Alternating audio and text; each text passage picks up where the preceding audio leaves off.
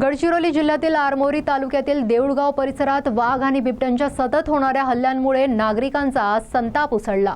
गेल्या 15 दिवसात वाघ आणि बिबट्याच्या हल्ल्यात 3 महिलांचा बळी गेल्यानंतर सुद्धा वन विभाग निद्रावस्थेत असल्याने नागरिकांच्या संतापाचा कडेलोट झाला। सरतेशेवटी नागरिकांनी चक्का जामचे शस्त्र उचलले आणि राष्ट्रीय महामार्गावर भव्य चक्का जाम आंदोलन सुरू केले।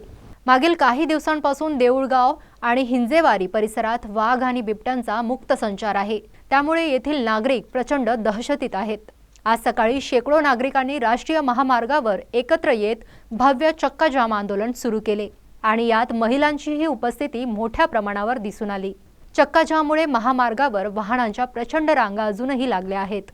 सुरक्षेच्या दृष्टीने पोलिसांचा भक्कम बंदोबस्त असून परिस्थिती नियंत्रणात ठेवण्याकरिता प्रयत्न करताना दिसत आहेत।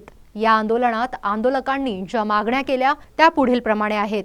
वाघ, बिबट व रानटी हत्तींचा बंदोबस्त तातडीने करावा, नागरिकांना सुरक्षितता द्यावी, वन विभागाने प्रभावी उपाययोजना राबवावे।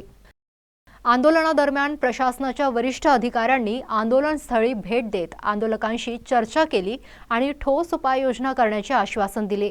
देऊळगाव गडचिरोली हा राष्ट्रीय महामार्ग असल्याने चक्का जामचा फटका शेकडो प्रवाशांना बसत आहे।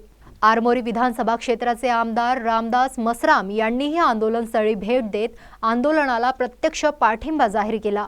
गडचिरोली येथून जिल्हा प्रतिनिधी निलेश पटले यांची रिपोर्ट।